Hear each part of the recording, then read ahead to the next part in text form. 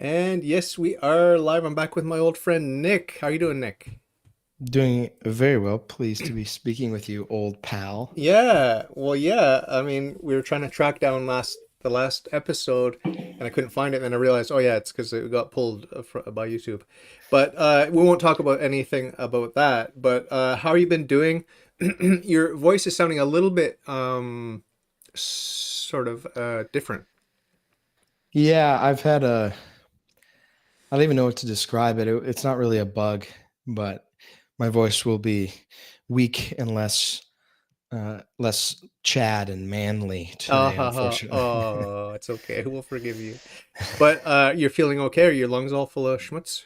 No, I'm feeling, other than that, feeling well. It's been cool to see you on Twitter. When did you join? It was a couple months ago, maybe 6, 9 months ago. No, it's been a while. It's been a while, but I've been getting into it a little bit more, meeting people, and I've got some pretty cool guests out of it. Actually, it's surprising. Like, I reach out to people and they actually respond. So it's a good medium. I like it better than I used to be on Facebook, and that was just too corny for me. But Yeah, Facebook's quite quite lame and boomer. And yeah, you garnered some traction. I like how much you shit stir on there. oh, You know, really? it's fun. It's fun and funny, because I know you probably a little bit better than a lot of the people who are following recently. Yeah. And, you'll say, "Oh, I'm gonna go read this Tucho book," and they Ah. just, how could you do this? How could you do this, David? How could you go and read the Tucho book or whatever it is that you're talking about? And so it's really a trip. It's fun to see. That's fun. That's cute. So, I befriended this sort of controversial, unorthodox, progressive Catholic guy, Thomas Polega, and think what you want about him, but I mean, to me, he's just a human being, and if he's a heretic, so what? Like, I mean, we'll just pray for him, whatever. But I that's what I do. I interview heretics. That's what I do. It's like it's very rare to interview a saint. You know what I mean? So the rest of us are material heretics. Yeah. So we've done like six, roughly 6 episodes, and I think this will be the first episode that I've done with you where I'm Catholic again. I think. Ah, cool. Well, last time you said, "Oh, this is breaking news. I'm kind of sort of Catholic again and whatever." So the last time you were in your hotel room, remember?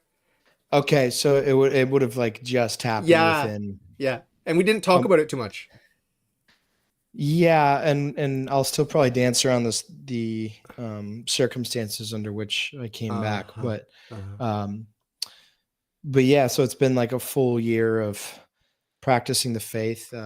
Cool. Went to confession yesterday and Latin mass today, and Nice. I'm back home, and it's a trip.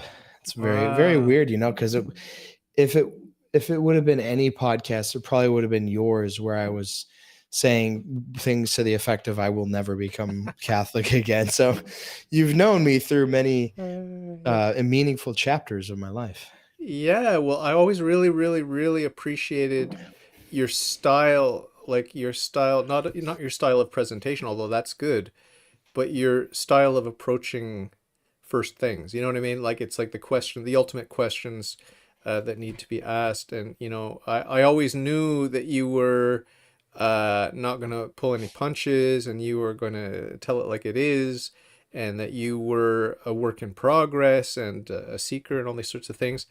And I always go back to that project, the prodigal, and that tells you everything you need to know about you, really. And it doesn't really matter what the outcome was with that project. That was not the point. The point was the journey, and look where the journey led. I mean, it's amazing. So how big was that? Let's say on a whim you'd said, yeah, I'm going to do the prodigy, I'm going to do it, and then it's just like, well, actually, nah, I won't bother. If you hadn't done that, do you think that you would have ended up Catholic? Yeah, but not by my own, efforts. I thoroughly believe that this was the hound of heaven, Yeah. and no matter which way Uh, it was going to happen, it was going to happen.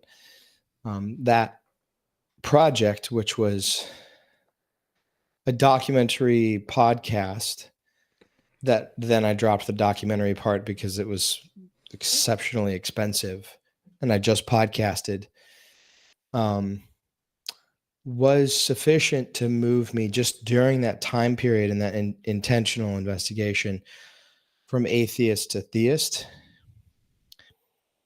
And that was all that was really It's needed, you huge. know. It's huge. It's huge. And then after that,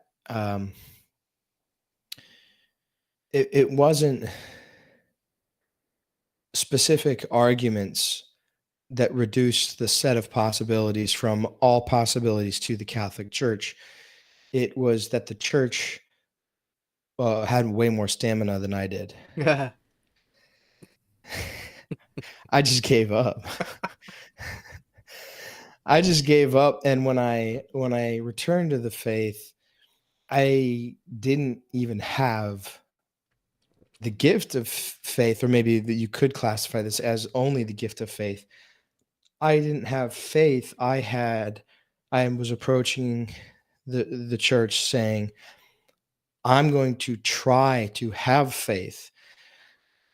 So I didn't even have it. I was just going to try having it. Yeah.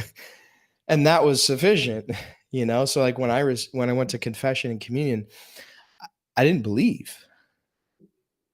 I didn't believe, which is You don't talk about today. Today you did believe. no, Today. no, no, no, no. Yeah.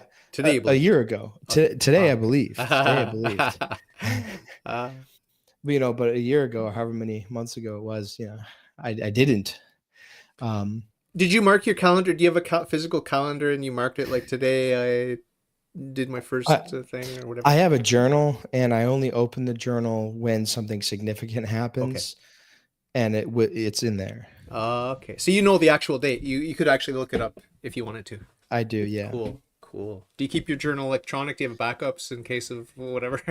It's all handwritten. Oh, nice. Oh, old school. Wow. Yeah. How's your cursive? Very good. No way. Wow. My Yeah. fingers are cramping just thinking about picking up a pen and writing something. It's like ah. Yeah, when I was a sophomore in high school, our theology teacher had us start writing some prayer journal or something, and I, for some reason, caught the bug. I liked the feeling of writing my thoughts. It was very. I'm a magician, so like journaling secrets is what magicians have done for hundreds and thousands of years. Um, and so I caught the bug, and from sophomore year of high school to today, I've journaled. So I've gone through many journals, and I have all of them, so I can see, each Wow. significant event as it happened. The day I lost my faith and the day I regained it, and That gay day when you yeah. Gay meaning happy. yes, I'm just making fun of you because you just had a slip of the tongue. You said instead of that day, you said that gay that day. yes, that happy gay day where no gay was present. We do need to reappropriate that word for. Agreed. They can keep the rainbow though. No offense to God. No, I've I no. don't know. I don't like how it looks on any branding. It only looks pretty when it's in the sky. Oh, okay. Oh, I see. Okay, you want the real deal. Okay, okay. Yeah, yeah. Yeah, yeah, yeah. Well, I got into a bit of hot water because I reposted Thomas Pelega's blasphemous mother and child or whatever it was, the Madonna with child, where someone, I guess, a gay activist or someone had put a rainbow in the halos or whatever, and I mean, I was just reposting it, partly to just be a troll, but partly to support my friend Thomas, and partly because I want to reappropriate the rainbow. It's like, I mean, and partly because I'm pro free speech. I don't like censorship. I don't like mob mentality. I don't like the pitchforks coming out every time someone doesn't agree 100% with your doctrine. I mean, you might be right, he might be wrong, but I mean, whatever. I think people are a bit too pushy and finger wagging and removing the speck from their neighbor's eye when they got a log in their own eye. Yeah, no, that last one's been quite interesting. as I've been receiving the sacraments and just taking the faith seriously, probably more seriously than I ever had, even when I was Catholic as a younger lad. Um, and also being just a few short years separated from serious habitual mortal sin. It's funny how grievous the habitual mortal sin becomes in your perspective, Mm. but then also simultaneously how grievous all of your other present sin Yeah. becomes as well, where you're like, wow, it's really good that I don't watch pornography, that I don't have masturbation, I don't do fornication, I'm not taking drugs anymore. Like this is awesome. But man, I'm really bad at detraction. I've got Mm. a big mouth. Man, Mm. I just can't shut up in all the wrong situations. Man, I do this for social gain, and I talk behind this person, like, and Mm. you start to see basically what you're talking about, and if you let it, it'll shut you up. You know. Well, because it's not, it's, I can sympathize. When I first converted, it's about the handful of elephants in the room, and you get rid of those, and you're like, cool. And then the mice and the cockroaches start to creep out, and you're like, holy shit, what do I do with this? You know what I mean? It's like they're a lot harder to root out. Yeah, they are. It requires like a different kind of death of self and Mm-hmm. and humiliation. Yeah. Um, I would say like the habitual mortal sin. It's they can be quite serious in terms of breaking an addiction or a habit. Mhm. Absolutely, Oh, yeah. but they're more action based and less like death of self and like humiliation of the soul. Um, but other people struggle with different things. For me, I find detraction. When you really learn the definition of it, that's something that I find that I struggle with, especially because we're in such a public forum facing world. It's so easy to just be like, oh, that guy's a fag, that guy sucks, I hate that guy, or he did this, said this, that. And I'm also really like well connected behind the scenes, so I have like perspective, so oh, let me tell you what it's actually like, on the inside.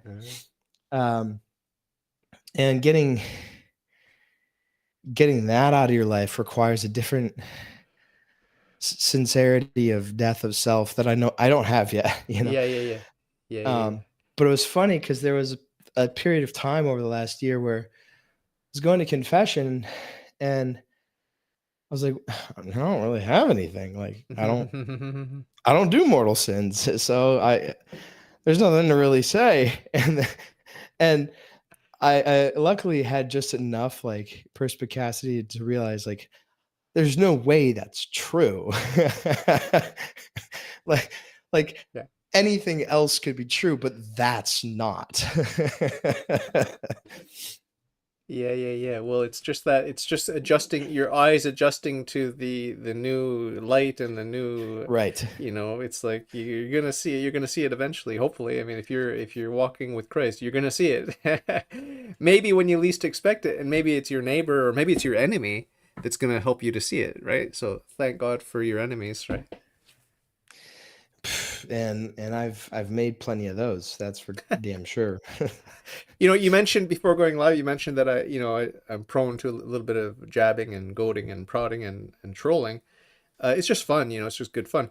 But what about you? What's your approach? Because like I mean, you've put out several films, and your most recent one, unless you've made another one, your most recent one died suddenly. I don't want to talk about it, but because I want to keep my YouTube channel.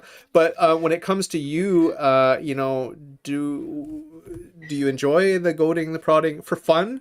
Or is it all just ego driven thing, like I want to put myself up by putting others down? Is it all just negative, or is a positive fun loving aspect to some of it?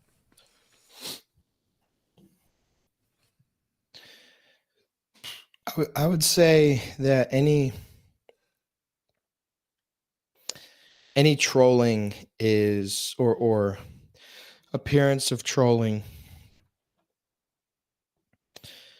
or being a provocateur is an effect, not a cause in what I do. It just so happens to be the case that the things that are most true and meaningful in this world are the most offensive. Okay. Um, like even Christianity, Yeah. or I would say especially Christianity, um, it's like the most impossible truths. Today's gospel reading was um, to pray for your enemy and to do good things to them. Sorry, it was the reading from Paul, wasn't the gospel. And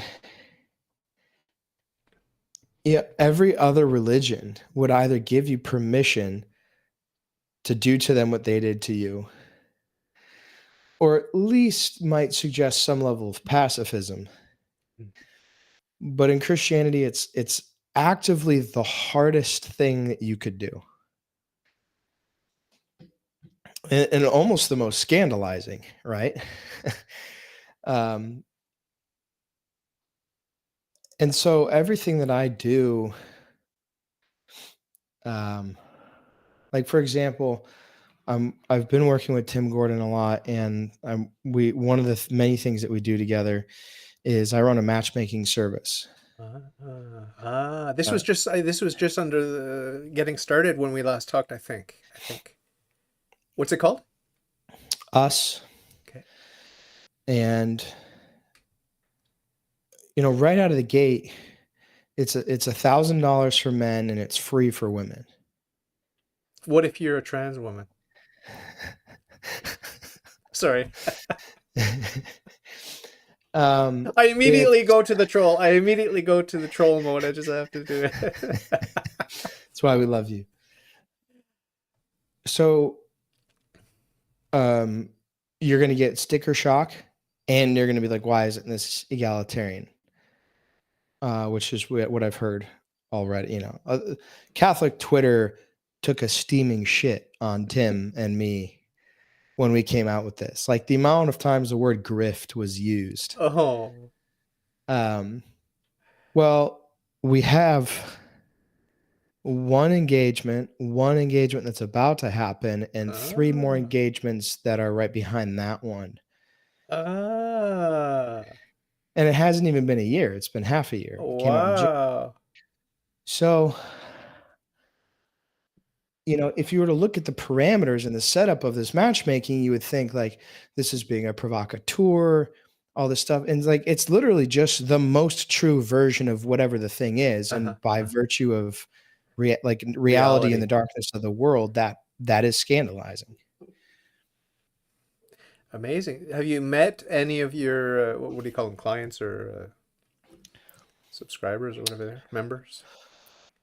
Um, Maybe a couple, but most of the way that like I get to know them behind the scenes because I run the tech side of things is just from managing like the software and the back end. So Okay. I'll be able to read their applications, and Okay. there's a lot of email dialogue between us and them. It's an extremely small pool. It's fewer than 200 people. Really? So your success rate is really good. Yeah, so it's there's competitors out there right now. One of them is called the Courtship Network, and it's run by Brendan Schmidt, who's Masculine Revival on Twitter. He's a Protestant guy. He seems to have a really good head on his shoulders. And so they came out with this Courtship Network that was more of a forum for singles to interact. But the thing is you didn't have to be Christian or Catholic. There was no or a very lenient vetting process. And it was like $12 a month. It was just a place for people to like talk to each other. What we're doing is there's a viciously scrutinizing application process that we say no to most people. Oh. So for the men, obviously they have to pay. For the women, it's free. But for the women, they have to film themselves answering 3 questions. They have to answer the question, why is it good for a woman to stay home and not work even when she doesn't have kids, but right after she gets married. So there's this understanding that, oh, well, I'm going to be a stay-at-home mom. And we're saying, explain to me why it's good to be a stay-at-home wife. So they have to answer that. The second is, explain why submission is the highest wifely virtue. And the third is, explain why it is appropriate and good for the woman to move to wherever the man is geographically located upon marriage. And those were chosen very specifically because what we found is that to be a traditional Catholic woman today basically means you're a feminist. Oh yeah. To be a traditional Catholic woman today, more often than not, they embody as much or more feminist beliefs and traits than, modern non-Catholic Oh, women. If anything, Protestant girls are less feminist than most trad cath you're girls. talking So we about the supposed good. You're talking about the good side of feminism or the bad side of feminism? well, I don't think there is such a thing as a good side, Oh, but I okay. would say the Because bad side. JP2 talked about the good side of feminism. Yeah, I have read a few quotes, where he says like, "Thank you, women, for being women," and stuff like that. I'm talking about the bad Okay. women trying to be men, Uh-huh. women Uh-huh. women failing to recognize that they are the weaker vessel, that they're not equal to their husbands, they're to be submissive to their husbands, that there's no such thing as mutual submission. That's a contradiction in terms. Both of you can't. Be under. That's not real. Ephesians 5, when they love to mutilate Ephesians 5, they say, husbands, love your wives as Christ loved the church. Wives, submit yourselves to the husbands, for he is the head of the household and you are the heart. And they go, oh, okay. Well, that means the husband's going to submit to me and I'm going to submit to him. And we're both just going to submit to each other. Tell me any time that Christ submitted to the church. Well, he submitted to the laws of Judaism and the rights and Right. But did he the ever, well, presentation. the church, of course, being Christianity, the church that he founded, the Yeah, Catholic Church that right, he founded, right. at no point is he submitting his No, authority to the authority that he set up. no. So, we're screening for these things intentionally, and it's been a crash course in sociology, modern sociology, and specifically in the niche of the trad world, the trad cath Yeah. world. I have a little tangent I want to explore with you, which is that this like uh I've noticed because I have a lot of friends, fewer and fewer, because my trad friends are all jumping ship and unsubscribing from me or unfollowing me because they just don't like me. They don't get my sense of humor. But a lot of my people that I follow and that are following me on Catholic Twitter are rad trads, okay? Because I value and appreciate them and their belief system, and I just happen to disagree about a few things, whatever. But can't we all just get along and be friends? But in any case, I noticed that a lot of guys are really uptight about the fact, like there's this Catholic hippie girl, and there are a couple of like what trad girls or whatever, and like they're very harsh criticizing them, and maybe rightly so, maybe wrongly so, I don't know. But it seems like there's a lot of sensitivity, like about where these Catholic women who are single and looking for a man, obviously, how they should be behaving, what they should be saying, what they should not be saying, what they should be posting, and how they should dress, and these sorts of things. And again, I just find that a little bit like it's too much top-down control for Catholic Twitter to be wagging their finger at these women. I mean, they might be high-quality Catholic women, or they might be low-quality Catholic women, but let's just love them and leave them alone and mind our own business. That's my take. But what's your take, just as a brief tangent, on these Sure. e-trad girls and how harshly treated they seem to be in some quarters? I don't think women should have access to the internet. Okay, okay. I just think 97% of everyone's issues would be solved. Yeah, Yeah, yeah, they yeah, just they just cut it out with the internet thing. yeah. I am You with you. I know, just want to say I am with you. Like I'm very traditional. I think women should not be working. You know, maybe not even voting, I don't know. But I want the woman to be a wife and a mother and whatever. And if the woman's not married, to be married to the church and to be, whatever. And I mean, the church accommodates people that are in the single state, like they're just single, they're not in the religious life, they're not married. That to me, it seems a little bit odd that the church smiles on that, but I guess it's the church is very generous in that way. But yeah, just to say that I'm very, very traditional when it comes to like the role of men and women. Like I think, I'm with you. I'm with you on that. But I'm also very pro-choice in the sense that, I want you to be able to choose, even if it means, unfortunately, that you don't make the right choice. yeah. So I mean, the church is very clear that non-married women can work. That's part of church tradition. Okay. Single young women can work.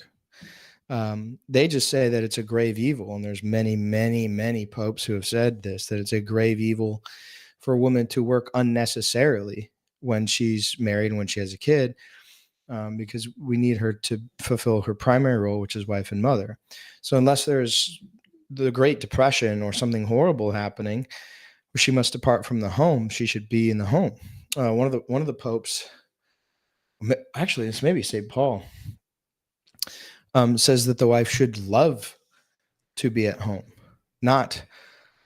I guess I just gotta. I'd really love to be running this Fortune 500 company right now, but because of the damn patriarchy, I'm gonna stay at home and raise. No, you should love to be in your domain, which is the home. So obviously, like, uh, I appreciate your sense of humor because it incorporates nuance that like the rad trads and also then the people like the leftists or whatever, they Yeah. just totally miss.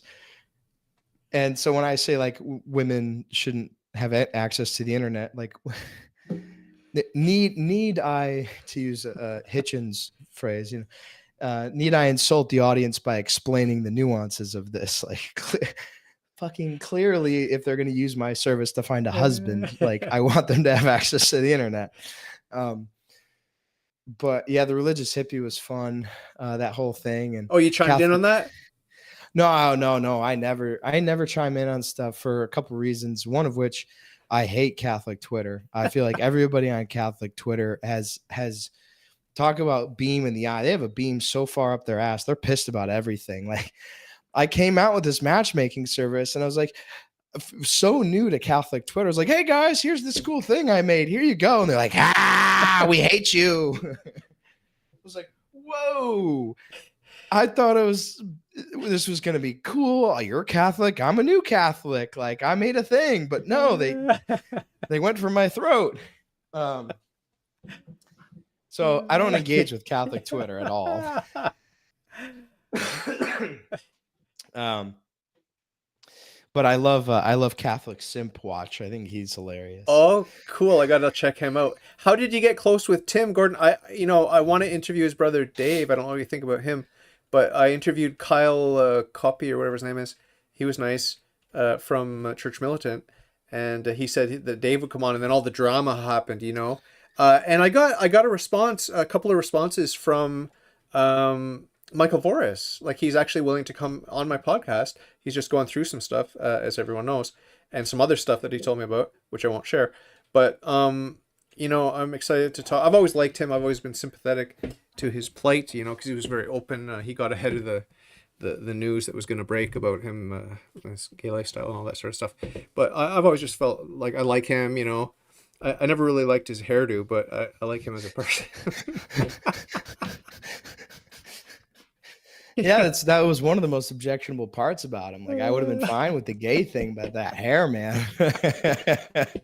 There's a special place in hell for people with that hairdo. I'm just kidding, just kidding. So anyway. Yeah, so with Tim, he was part of the Greatest Reset. That's where I met him. Was when I filmed that movie in 2021. Patrick Coffin, another good friend of mine. He put us in touch. Ah, And man, Tim and I just hit it off. And we have a ton of stuff coming down the line. The one that is public facing right now is the matchmaking. With a lot more that'll be coming out this year. Um, and yeah, he and I are compadres. cool. Hey, And could you put in a good word? Because he did promise me that he would come on my podcast, and then he just ghosted me. So maybe just put in a good word. Just say, "Hey, I was on David Ross's CVS podcast, and would you ever consider getting in touch with him?" Because he promised me. He said, "Oh, just DM me, and then I'll whatever." But he just ghosted me. I know he's yeah, no, busy. I know he's absolutely, busy. I know he's busy. totally. Yeah, I'll bother him about that. I'll tell him that Cool. I went on your show and that it's like a legacy show for me. But yeah, Tim, you want to talk about shit stir, man? Like I let him do all the shit stirring for me. I don't have to do anything. He's out How there. how do you describe his Catholicism? Is he like rad trad? Is he like, sort of? I asked him, "Are you recognize and resist?" And he said, "Well, yeah, if you define it this way." But he was kind of moderate. He was trying to be extra moderate about it. But how do you describe his take on the Catholic walk? Like, how do you see it? Yeah, his is more, I think, one of the most nuanced because he's not Sede. He's not even Bene Bene whatever it is where you think Benedict is the Pope. um, but he's one of the most outspoken critics of Francis Uh, right now. Besides James Altman and Patrick Coffin, it's basically Tim. But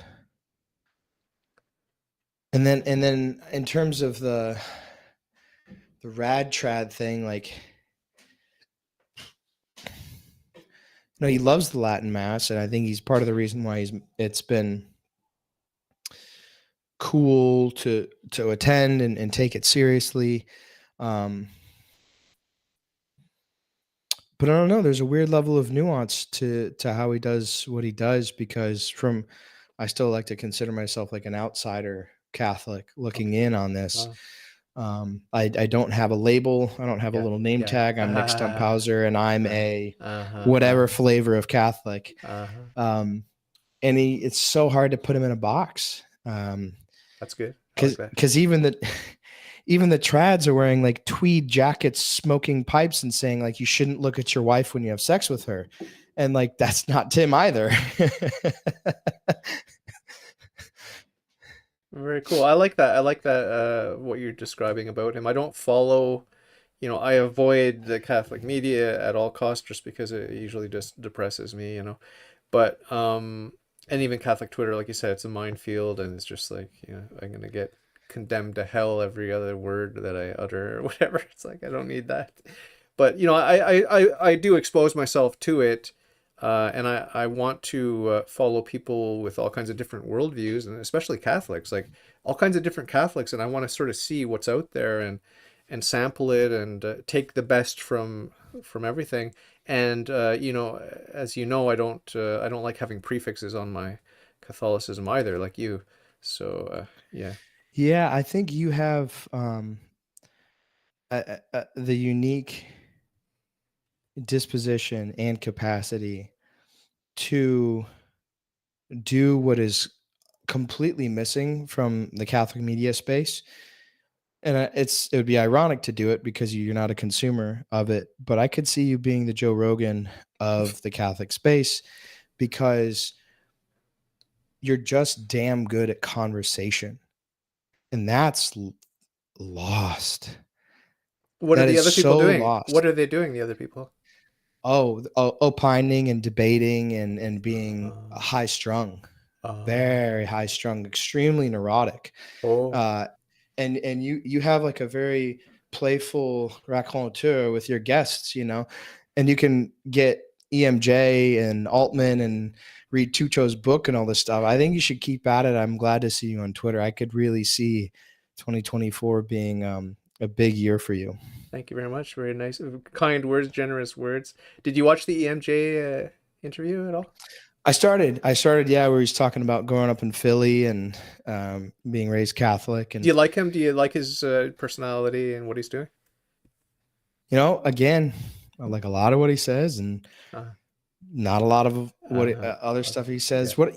What what I've realized in the last 2 years, primarily, and this harkens back a little bit to why I do what I do with film. I'm not an evangelist. Mm, I don't actually want to convince you of what I believe, and I learned this with Died Suddenly, especially because I would be getting emails saying, and I'll use coded language here just so we don't get you another strike. But I would be getting emails from parents saying, "My son didn't wake up this morning. He has an autopsy in 2 weeks, and we need to know what to look for. Can you please help me?" And in my same email inbox, I'm also getting a journalist from the New York Post saying, "How come you're including shot mm, misinformation in mm, your film? Do you care to comment?" mm, And I realized that everyone who agrees with me, mm. and they liked the movie and they shared it. And everyone who disagreed with me hates me and they want to see me burn. And my film, it's fighting over crumbs, if anything, in the middle Mm. to sway you one way or the other. And I lost all desire to convince anybody of anything. That's cool. And it was incredibly freeing. And the only thing I care about now are the people who are closest to me. I want I want to be with them in heaven. I want everybody to be in heaven.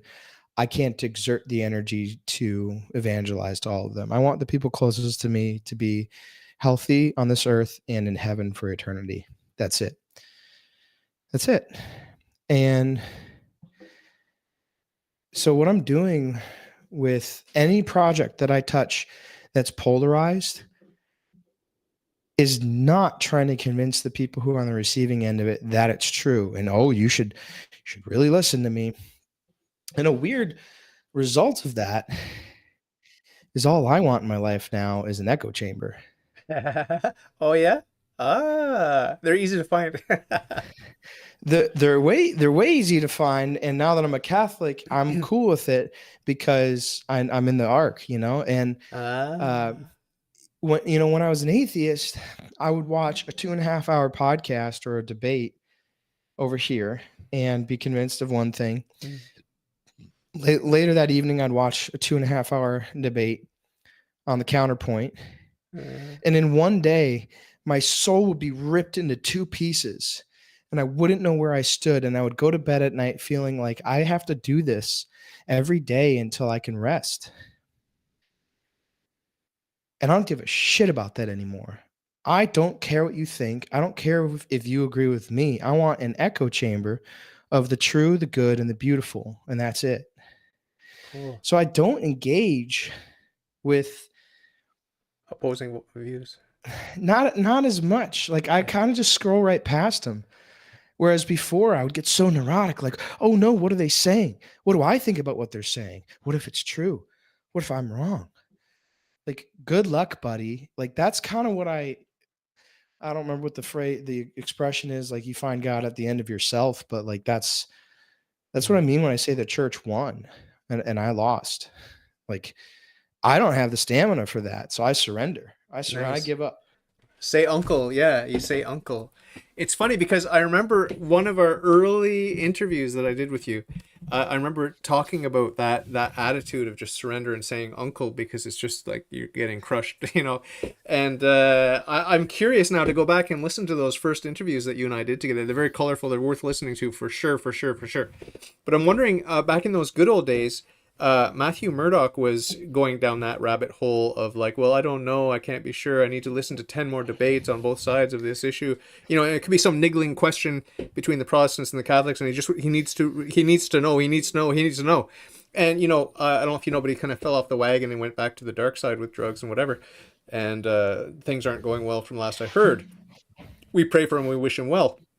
I don't know if you've kept in touch with him at all, but I haven't really heard from him too much lately, but I hope he comes back. But I sympathize with what you're talking about with this sort of thing, like this need to know, and the need to correct someone if you think that they're wrong, and he was very much down that path, and I kept just trying to tell him like that's not the way, that's not the way, that's not healthy, and so all of this to say that you and Matthew and a lot of people are addicted to like the internet, and you're free from it now, thank God. You're in the ark, as you like to say, and as I like to say. But a lot of people are just like seeking, but it's not a healthy seeking. It's an obsessive thing, and it's prideful. Like it's just very prideful. Yeah. I'm not saying that I'm not prideful. I'm not saying that, but the true freedom is in the truth. And once you're in the truth, once you're in the ark, it's kind of, there's a certain complacency that overcomes you, and there's a peace that overcomes you, and you can also have a little bit more compassion for those who disagree with you, Mm-hmm. because Yeah. how tough the battle is, that how tough that voyage is. Well, look, the first sin was the eating of the tree of the knowledge of good and evil. And they had an option, because if they didn't have the freedom to choose, it wouldn't have been real love. They could not love God if they didn't have the choice to not love God. And the choice that they made was gnosis over Hmm. life. Hmm. And what a bizarre Dichotomy. competition. Like Yeah. why what you're telling me that the opposite of life and fullness with God is the knowledge of that which is good and that which is evil. And you'd think, well, clearly, shouldn't we be Grasping apprised that. of this? This Yeah. is Yeah. this is so important. How are we going to make all these wonderful, important decisions if we don't know all of these things? And uh, and then I'm talking with Patrick Coffin about faith, and he said he just quotes Hebrews at me, and he says faith is the evidence of things hoped for and the substance of things not seen. And I was like, wait a second. So faith is both evidence and substance, meaning they are concrete. Faith is not something that you have in the absence of substance and evidence. It is substance and evidence. So you can be given something that is concrete, that you can hang your hat on, that you can plant your feet in, and that thing is as real or more real than gnosis. Now wait a second. I've somebody let me down along the way, because that seems really worth knowing. That I don't have to know all this shit in order to be okay. But I don't know that most, like, I don't think it would have mattered if somebody told me that 8 years ago. I would have been Right. like, that's cool, Right. bro. Like, Yeah. Yeah. whatever. Yeah. Yeah. Yeah. Yeah. Another data So point. Thanks, dude. yeah, it would have made no difference. But yeah, Francis recently said that he hopes that hell is empty, and I do want to ask you about Francis, obviously Sure. the Yeah. Yeah. the elephant in the room. But Yeah. man, hell's not empty, because I got one foot in there, and and I'm saved. Like Yeah. Yeah. Yeah. Yeah. Yeah. I am every day I'm moments away from doing the dumbest thing and ending up in hell. It ain't empty. It ain't empty. And that was something very recent that I realized. Just I was at like a basketball game, and I was looking around, and then Ayn Rand has this great quote. She says, "You can deny objective reality, but you can't deny the effects of denying objective reality." And all these people, my damn self included, I'm not excluding myself from this. We can't just say, well, I didn't know. I didn't know there was a train coming. Well, there's a train coming and you got hit by it. Hell ain't empty, Uh, you know? Yeah. Yeah. Yeah. Yeah. I don't know. I mean, I do fact check a lot of the Pope bashing stuff, but I haven't fact checked this one. But I would just give them the benefit of the doubt that it's just some sort of, some sort of consolation, not consolation, that comes from God, but sort of like a self-medication. It's a self-medication. It's like, I like to fantasize about, you know, rainbows and butterflies and puppies, and you know, that's nice. You just pat him on the head and whatever. But I think he knows very well that there are people in hell. I think he knows that very well because he's Catholic, right? I believe he's Catholic. A lot of radtrads don't think he's Catholic, but I think he's Catholic. And my priest today at Mass recognized him as the Pope, right? So that's my bottom line. Like that's my thing. Like first of all, I'll give him the benefit of the doubt, so long as my church is proclaiming him still Pope.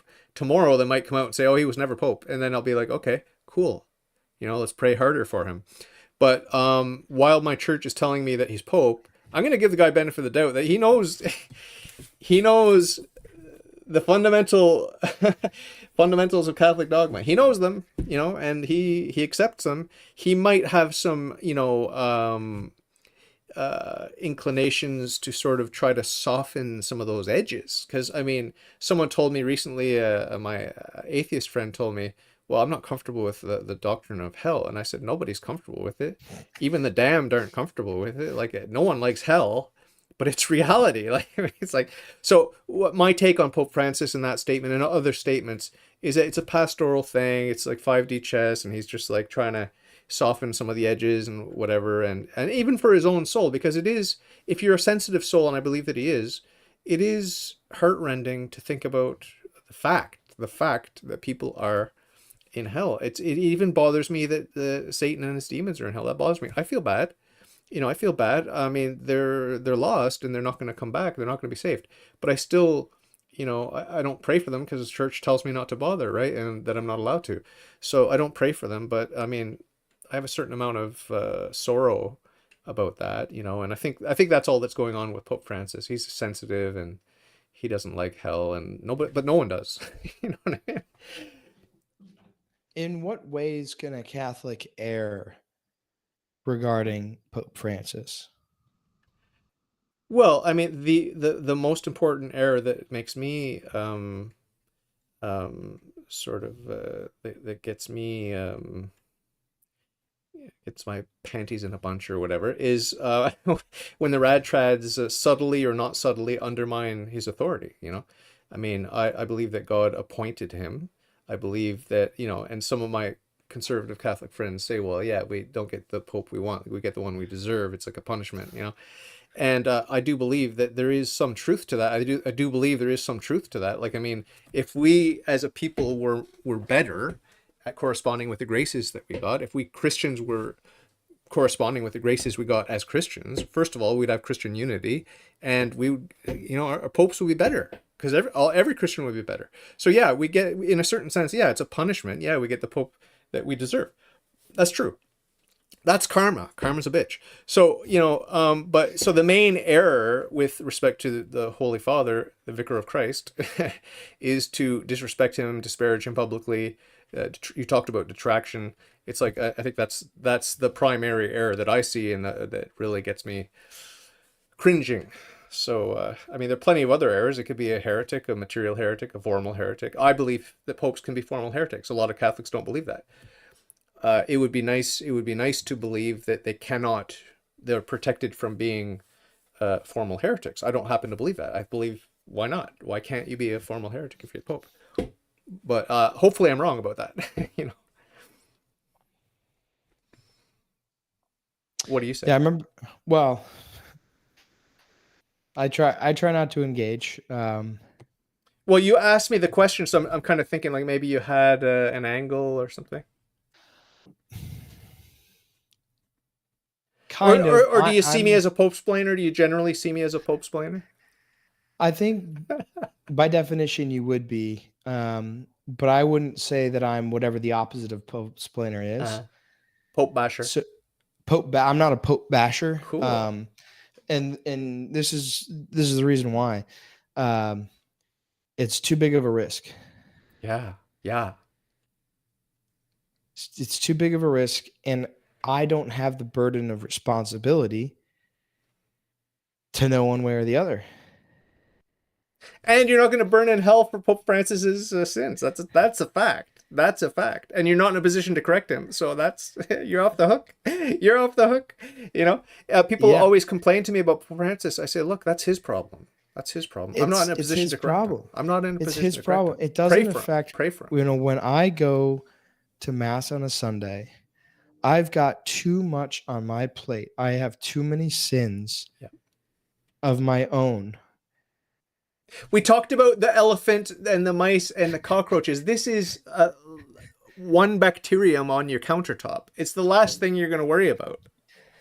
And you know, it's sad whenever I see, it's genuinely sad whenever I see a Protestant tell me, yeah, but Pope Francis. And Fiducia Supplicans, I did see um, uh, Orthodox put a feather in their cap on Twitter, and Protestants be like, see, this is why I can't do the Catholic thing. And look, whether it's the media or it's Francis, I would say personally, it does seem like Francis, you can't engender scandal and you can't be a stumbling block to these little ones. You can't do that. And it makes me sad. It really makes me sad. I'm grateful that I'm in the ark and that I know intellectually that it doesn't affect me, but I'm sad that they don't know that it shouldn't affect them either. That breaks my heart. And I wish I had power over that, but I don't. And there's a lot of tragedy in this world, and hell is not empty. It's not going to be empty. It's going to be very full. Yeah, I'm with the saints. The vast majority of saints say that few are saved, and I read that famous book, "Few Are Saved," the fewness of the saved, or whatever it is. And we need to meditate on that. And look, if we err on the side of caution, as you indicated, with respect to criticizing the Vicar of Christ, I think it's better to err on the side of caution.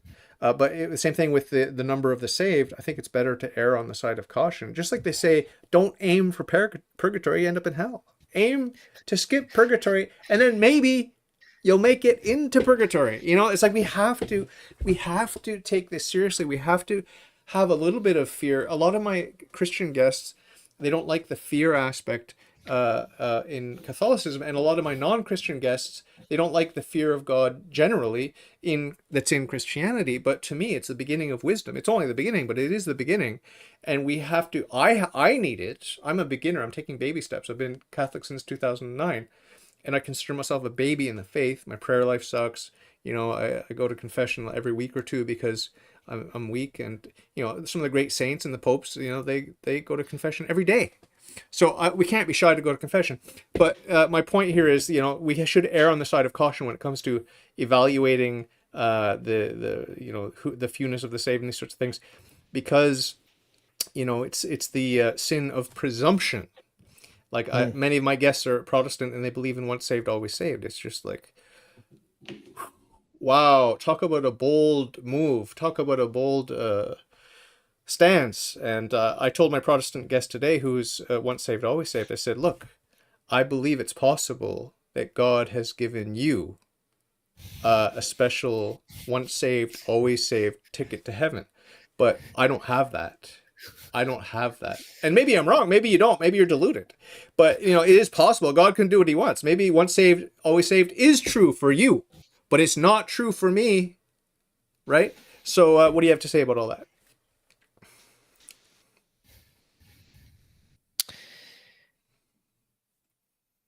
Confession once a week or once every 2 weeks seems to be where I'm being led as well. It also seems to be a skill. Confession, it's like something you practice, Yeah. which is very weird because it's a participatory sacrament.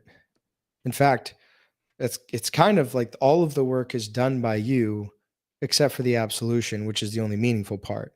But we don't like participate in mass. We pray the mass, but we're not offering the sacrifice, and we can't facilitate the sacrifice. But with confession, the more frequently I go, and even in the last year, maybe I've gone 10 times, Um, I'm starting to find like a groove, sort of like Mm, like it's a sport of mm, navigating because it's so personal. It's so,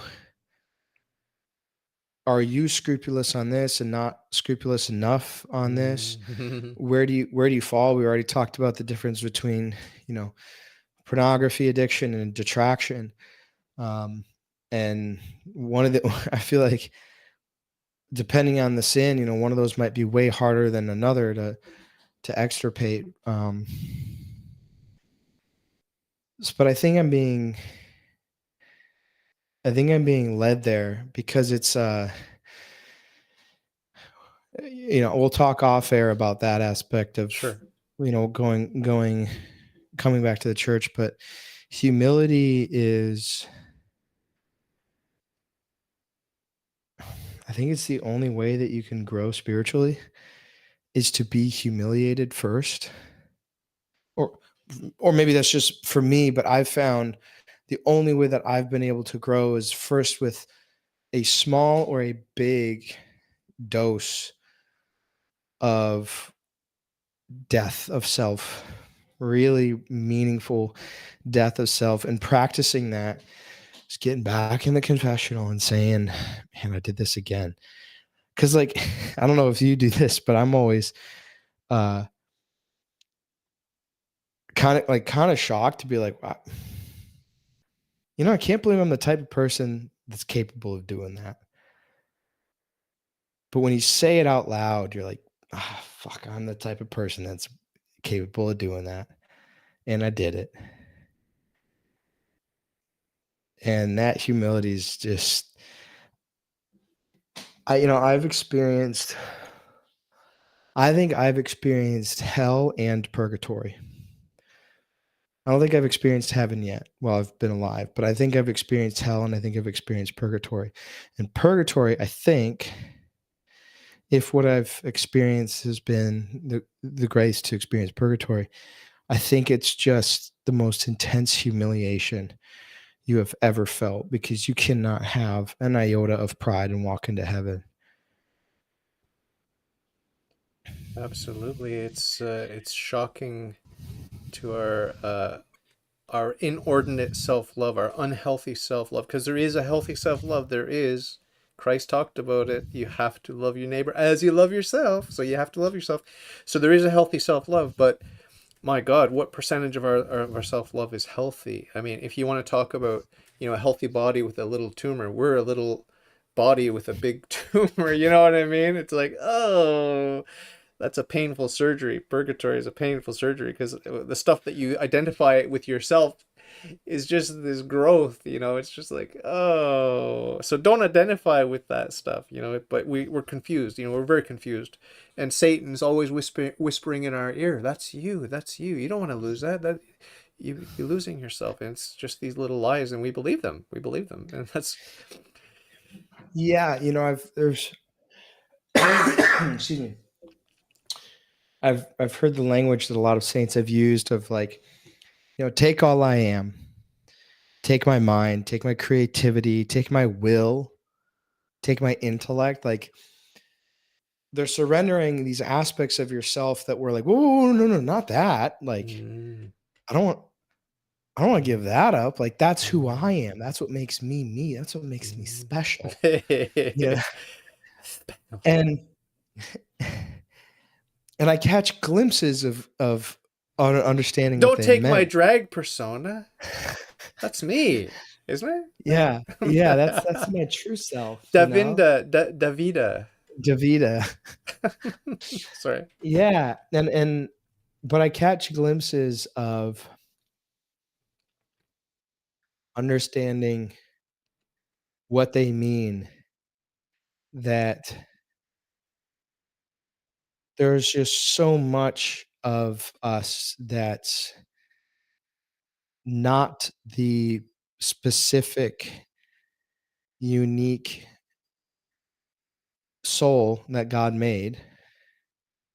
That's just this super thick outer shell that's been formed by our environment and by our sin and by our proclivities, and really kind of has nothing to do with the thing that God actually created.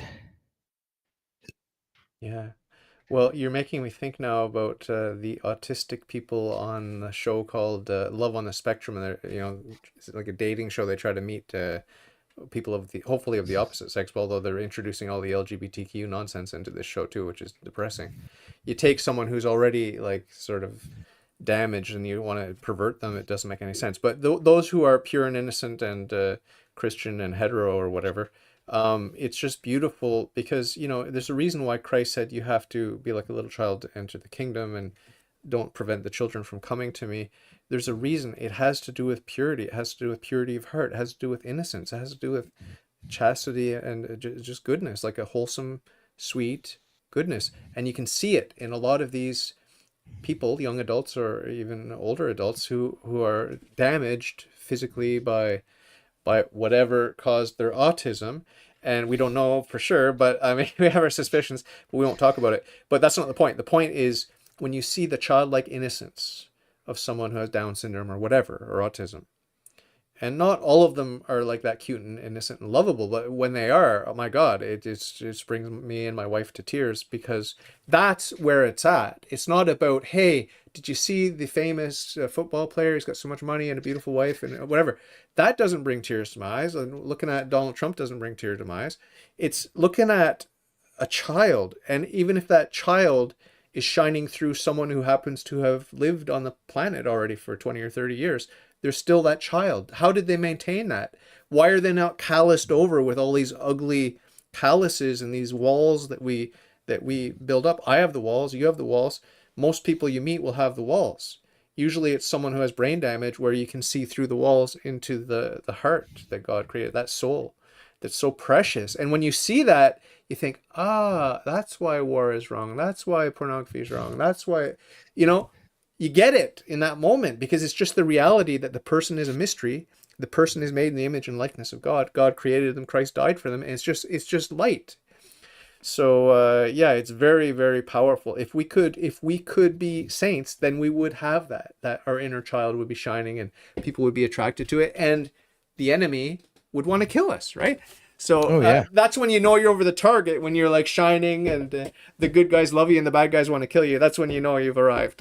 I'm not there yet. So Yeah, and there's a levity that I think is endemic to those who love the logos. That's reserved for those who love the logos. that's It's the not, freedom in Christ. That's the freedom in Christ. and it's not this nihilistic, degenerate humor of comedians. It's a levity, a love of life, and a joie de vivre um, that you have and that I have, and that really like good Catholic. And I think if there's a conceptual distinction between a rad trad and you or me or even Tim, which is why I don't put him in that category, it's that we have that levity, like a genuine childlike humor that it's like, it's just damn good to be alive and we're happy to be here. And whenever they take it so seriously that it turns into like White this, knuckle Catholicism. yeah, it's like, speaking of an autistic kid, it's like you took an autistic kid's toy and they're like, give it back, you know? It's like, bro, just chill. Like, it's just, we're just having fun here, okay? We're having fun because,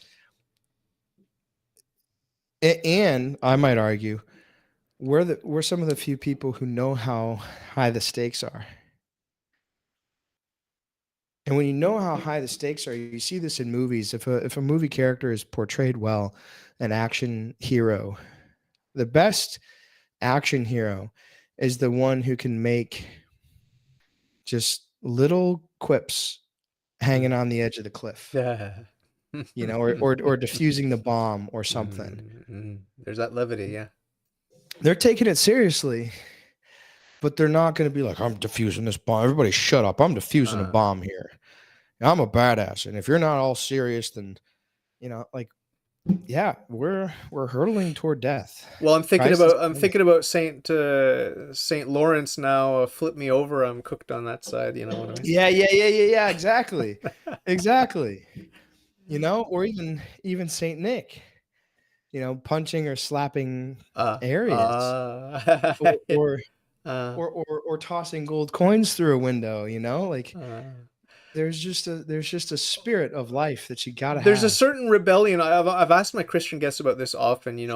I like rock and roll. I like the rebellion of rock and roll and punk and these sorts of things. And a lot of my conservative Christian friends are like, "That's demonic. Don't look at that. Don't listen to that." But I mean, there is a good side to rebellion, and we just have to look at to Christ to see that there is a good side to rebellion, and we should rebel. We should rebel against the stodgy, rigid, ways of the Pharisees and everyone that's imitating the Pharisees. We should rebel against that. Now, it's dangerous. I admit that it is dangerous, and I do tend to err on the side of foolish rebellion. But there's a freedom there, and I'm sensitive enough to know when I've crossed the line, and that is the danger, right, of being rebellious, is that you do actually end up crossing the line, into the danger zone and hurting somebody, or wounding someone's dignity or something like that, and then you have to humble yourself and apologize. But I think it's worth the risk. I'd rather err on that side than on like the stodgy side. Yeah, I do think Aristotle talks about that. Like, there's the virtue is uh the arithmetic, not the geometric mean between two things. Okay. So it does have a bias, and the bias Ah, between rashness and cowardice, might be, I think it's temperance. But temperance is closer to rashness than it ah, is for cowardice. interesting. Yeah. So They're it's weighted. They're weighted, so they have different weights. So the average will be, yeah. Okay. Okay.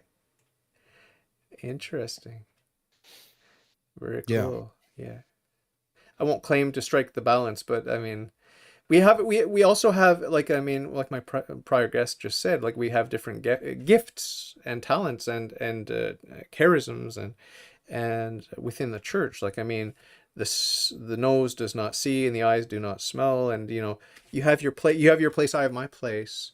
And so I do also think that the rad trads, the most stodgy and annoying, they do have a role to play. I mean, they do definitely have a role to play, that's for sure. For sure. I think that even Satan himself has a very important role to play in God's plan, for sure. For sure. Not to compare the rad trads with Satan, but just coincidence. Yeah, well, you have to look at everything through the lens of narrative and characters, and Uh-huh. God's the greatest storyteller. Oh yeah. And in the absence of the specky, scrawny nerds who say, well, actually, like the rad trads, in the absence of them, you have a weaker, less interesting, less cool story. Yeah. And just because we're the chads with the collars popped defusing the bomb, I'm not saying anything about that. First time I've been called a Chad. No, I've been called a Chad once before. I think when I went on Wurzel Root, Nick Fuentes' friend, Wurzel Root's show or whatever. Have you been on his show? Yeah, he had me. Well, I had him on my podcast, and I didn't know he simulcasted it. He simul streamed it to Cozy TV. Do you ever watch Cozy TV or any of those guys, or Nick? Yeah, I know Wurzel. Oh no way! Yeah, I know Wurzel and Pine Sap. I've met Oh Wurzel no in person. way! Um, Cool. Is he cool in real life? yeah, yeah, yeah. I love his accent. He's a kind guy. Yeah, he's good looking too. Yeah, he's a handsome guy, and And Pine Pine Sap, I Sap. love Pine Sap. He's supposed to come on. I think he's going to come on again on my show. Yeah, that was a trip when I'm scrolling through YouTube and I see CVS Pine Sap. I was like, hey. He's a cool guy. He's a very sensitive soul. I see the child in him. He's bright and very sensitive, and yeah, he's a special guy. Did you get to know Spexo at all? No, no, not You know who he him. is? I've heard of him, Okay. but I don't know anything about him. Tall guy. He's also on Cozy TV.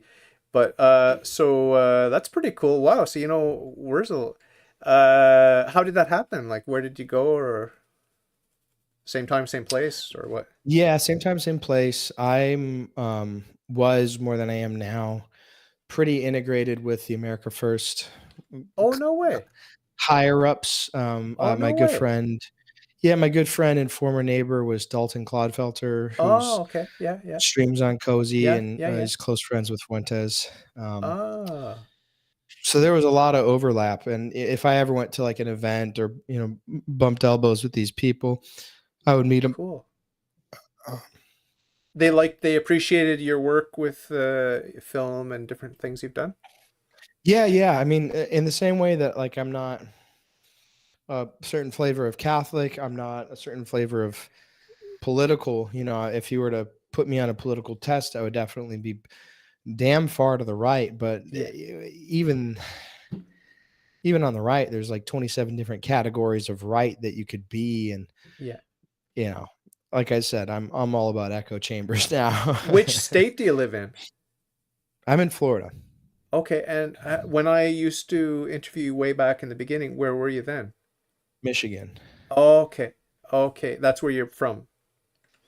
Yeah, I was raised in Michigan, born in Alabama, raised in Michigan, Okay.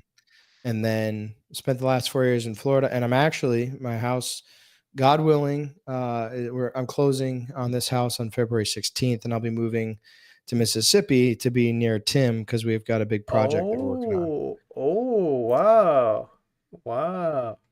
Yeah, yeah. Well, that'll make everyone's hairs stand on end. So Wow. Okay, cool. So he's not afraid, Tim's not afraid to be edgy and to push things like, because I know you're not afraid of any of that, but Tim's the same way? same way. I mean, he got fired from a really preppy Catholic school in California for saying that Black Lives Matter was a domestic terrorist organization, Okay. and they fired him, and he said, "All right, go pound salt and move to Mississippi." What's in Mississippi? It's just a really right wing state, very red state. Okay, okay, okay. Any Catholics there other than you and Tim? No, Baptist mostly. Ah, that's what I thought. Yeah, that's what I thought. Cool. Do you know Styx? Speaking of rubbing shoulders with celebrities, I went and my wife and I went and saw Styx at his home in Vermont. Do you know Oh, Styx did you really? Hexenhammer? Styx Hexenhammer 666. Do you know about him? So I know him to look at him, but I don't know anything about him. Like no shirt, leather jacket, long hair, glasses. Yeah, He what's his deal? he was a Satanist. Now he just considers himself sort of like sort of softcore Satanist, more of pagan type guy. But he's Trump. He's on the Trump train and stuff like that, and he does a lot of political commentary. He writes a lot of occult books. He has a contract with one particular demon that he knows, and so he's under contract with the demons, and he thinks that's fine. You can watch my interview with him if you want to find out more. But he's a sweet guy. I mean, we have to pray for him. We have to pray for him. And some of his followers are Catholic, and a lot of them are Christian generally. So there are Yeah. people praying for him. But I mean, it's definitely sort of scary. But I was a Satanist, and look at me today, Chad with the upturned collar and defusing the bomb. And Yeah, what a bizarre world too that like the internet is such that you can just hang out with a Satanist yeah, and just like be kind, there's not.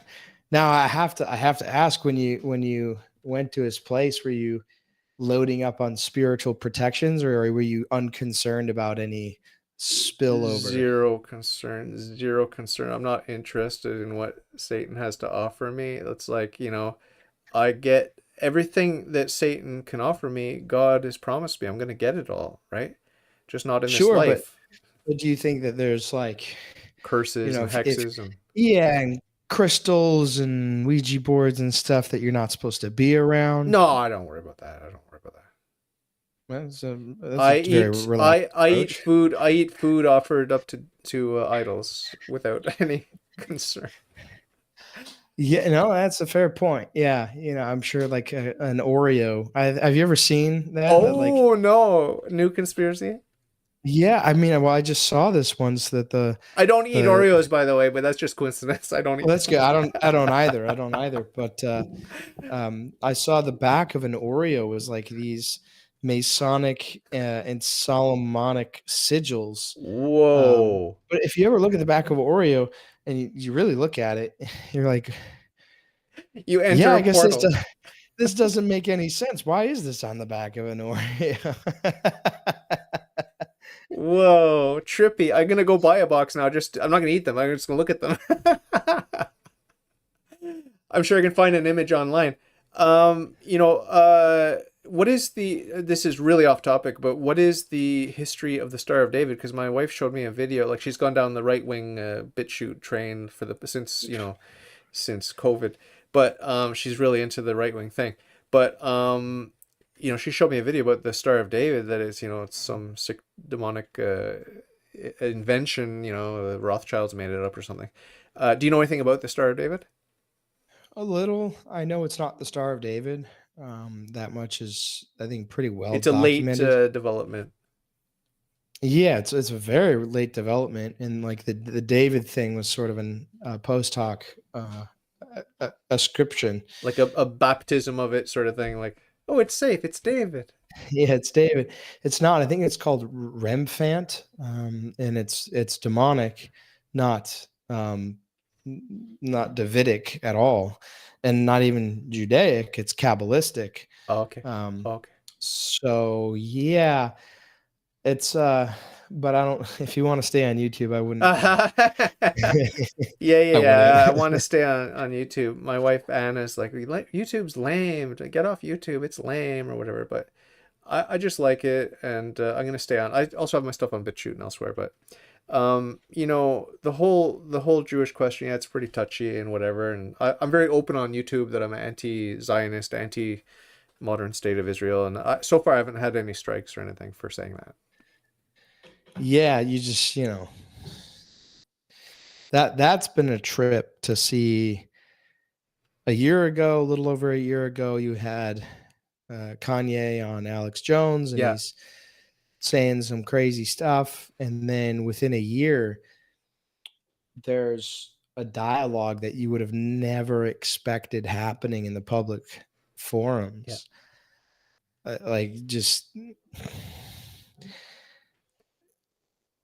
as surprising as to It say the is least. it is surprising, but on the other hand, it's not that surprising because of the way that Satan is overplaying his hand.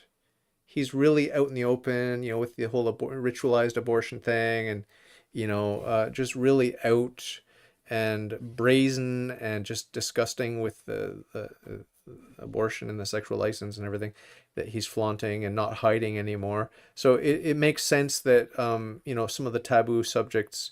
I've always questioned, like, why can't we talk about it? Why can't I say anything nice about Hitler or whatever? Like, I mean, he's a mixed bag like anyone else, right? Like, I mean, why is he the boogeyman? I've always felt that way. I've always felt sympathetic to the underdog or whoever's getting turned into a boogeyman, being demonized, dehumanized. It's like, my number one guy was always Gaddafi. I always thought Gaddafi was cool, and he wasn't perfect either. But Osama bin Laden, like, I liked him. I found him charismatic and beautiful, and I just thought, like, if he's being held up as the devil, I want to hear the other side of the story. That's all. That's all. You know. Well, you can't do that, David. Don't question the narrative. And then, of course, when 9/11 happened, I think we're allowed to talk about 9/11. That no one gives a shit anymore. We can talk about Nobody that. cares. No Nobody one cares. cares. Look up dancing Israelis, guys. I still haven't looked that up, by the way. I still haven't looked it up, but everyone's telling me to look it up. But it's like, whatever. It's like, I know there's something really fishy there, but I don't want to get too excited about any particular conspiracy theory. Do you Yeah. believe people landed on the moon, by the way? No, I'm a flat earther, Oh, actually. right. Of course, of course. How could I forget that? Yeah, Yeah, which is funny because I yeah, remember when you came out against evolution Evolution. and you were a young Earth creationist, and I was like, "Fuck, David, you can't You do were this to cringing? me." You were Oh, cringing? I was cringing so hard, and then I just went up to you and I was like, "Bro, it's flat." Yeah. Is it flat and young? That's the question. Yeah, I think it is. I think it's quite young. I don't believe in the deep time nonsense and the a million You gorillion. like your Earth the same way you like your ladies, young and flat. I'm kidding. I'm kidding. I'm kidding. That was totally inappropriate. Totally inappropriate. Forgive me. uh, Forgive me. oh, geez, that's funny. Yeah. It's I'm of the conspiracy that you can stoop no lower from. You know, there's nothing more. I Disdain. mean, you can be a Holocaust denier, you can be a 9/11 truth or whatever, but Yeah. everyone's like those flat earthers, those guys are the real retards, you know? Wow. You must catch a lot of flack for that. Yeah, but ever since I stopped caring if Oh, people agreed with me, it's Okay. been Yeah. easy. So Yeah. Yeah. I like to flip the script Yeah. like mid conversation or at the start of the conversation, instead of it being like this shameful thing where I'm like, yeah, well, actually, like, you know, I don't even really think we went to the moon because like I think the Earth is flat. I start with like, you think we played golf on the moon and like called Richard Nixon live on TV? Okay, you know, Yeah.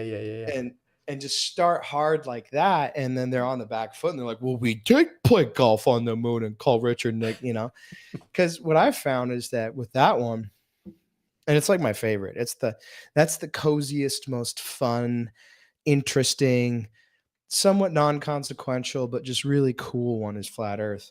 Hmm. But that's the one above all others that's like rife with assumptions about epistemology.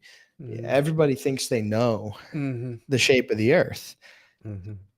and it takes 5 minutes to explain to them you really just you believe a lot of other people. You don't know anything. You and I are on the same footing for knowing where we are. Right. You just believe a lot of other people. All I'm trying to do is tell you I just don't believe those people. And when you realize that the people who say we're on a, a ball in the middle of nothing that's expanding into nothing that came from nothing, those are the same people that like hate Christ, did COVID, and all of these other things. I'm like, so let's just pump the brakes Mm. on assuming they didn't lie about this. Right. And you and I agree that they lied about everything else. Yeah. Yeah. So that's cool. You know, one of the reasons I like young Earth creationism is just the romance of it. Like I have that proximity in time to Yes. the garden. And so you've got Yes. that on steroids. You've got that on steroids. You've got the firmament. You've got like this is like that is cozy. Like that is I'd love to be there with you. I would love to be there with you. But Yeah, no, that's the strongest argument for it. Now, I believe that there's good science, yeah. but that's the strongest argument is you have Carl Sagan's pale blue dot suspended in the sunbeam, Uh-huh. or you have up is up, down Uh-huh. is down. Yeah. God's right there. Yeah, that's cool. And this is all is like the authors of the Bible were not numbskulls on Yeah. one topic and brilliantly Right. inspired on all the Uh-huh. others. Yeah. Yeah. That's cool. I mean, I can go there. I can go to like the flat earth perspective. I can go there and it's almost too good to be true, honestly, because it's like we talk about the proximity. It's like that's really raw. That's really real. And that's cool. Like frankly, I mean, I know people make fun of you, but I think it's cool. I think it's really cool. And you know, I'm not that motivated to look into it. Maybe we'll have another conversation another time about it. But yeah, that would be pretty cool. I'm open to it. I'm open to it. But I did work at the Canadian Space Agency, and I've worked with astronauts. And when I've told this to flat earthers, they're just like, well, yeah, they're just in on it, and they're whatever. So I mean, anything's possible. I'm very open minded. So, Yeah. and my good Yeah, friend who's absolutely. in the live chat, Nicola Krisick, I give a shout out to you, and to Emily who showed up. Nikola Krisick has some sympathies that way, and he's very distrustful of NASA. And I never know how to pronounce it. Is it NASA or NASA? It's NASA, which in Hebrew means liar. Oh, Coinky dink. I'm not saying it means anything. I'm just saying it means liar. NASA, brought to you by Oreo cookies. What does cookies mean in Hebrew? What does cookies mean? What does Oreo mean in Hebrew? We should Google that. So listen, we're gonna have to wrap it up because I gotta go be with the wife and then get into bed. But what are some of the bullet points that maybe you thought we would touch on that we didn't touch on, or are you just freestyling it with me today? I was just freestyling. I think we actually touched on a lot of the stuff that I wanted to, like Francis and Yeah. the current state of Catholicism, some of the stuff that I'm doing. Upcoming Really stuff, nice. secret Yeah. stuff that's coming up with Secret Tim. stuff. I'll be able to tell you about it soon. Cool. Soon meaning within the year. Within this year, there will be um, two really big deals and one smaller deal. Cool. Wow. Yeah. Very cool. And What I can about tell you the off. yeah. Okay. What about the love life situation? Any possibilities of marriage, babies, stuff like that? Are you called to marriage? I think so, but I'm also open to the priesthood because I, j- I, I just want to know either way. Yeah. Like, Yeah. I think it's the not knowing that's killing me more than Yeah. anything. Yeah. Yeah. Well, I can tell you it's beautiful being married, but I mean I didn't have any kids unfortunately, so I'm not the best guy to talk to. But marriage is about largely about bringing souls to heaven, whatever. But it's like it's very beautiful, and the love you can have with another human being, and the service and whatever. But there's also what St. Paul said. It's like if you can avoid it, it might be better. You know what I mean? I'm not saying this from my own personal experience. I'm just saying that's what St. Paul said, and so that's a tricky one. That's a really tricky one because there are pros and cons, and it's a bit of a compromise. You could, I mean, my fantasy is to give myself completely to Christ, and I'm kind of like hobbled because I got the ball and chain, and she's fighting me every step of the way. She hates Pope Francis more than any rad trad ever will, more than all rad trads combined. Okay, so it's I'm doing some purgatory here. Well, I think one of the things I'm working with Tim on might be a lot of gasoline on that fire of your marriage. So Oh, wow. East and West stuff, or no, because she's in the Greek home, Orthodox. Okay, okay, okay. in the home stuff. Yeah. Okay, okay, cool. To be continued. So, yeah, I mean, wonderful to see you again. I'm glad you're mostly healthy. Your voice, bit of a frog in your throat, but I hope, is that going to go away? Yeah. Well, I pray it does very soon, but yeah. And your testicles will grow back, right? Yeah. Yeah. Yeah. Yeah. Kidding, kidding. I'm known for my inappropriate jokes. Forgive me. So anyway, pleasure to see you again, my friend Nick, and keep in touch. And when you do your breaking news or whatever afterwards, come and chat on the live stream. Will do. What? Always great to see you, my friend. Keep in touch, and I'll see you on Twitter. All right. I All love you, right. my Take care. brother. Love you too. God God bless. bless.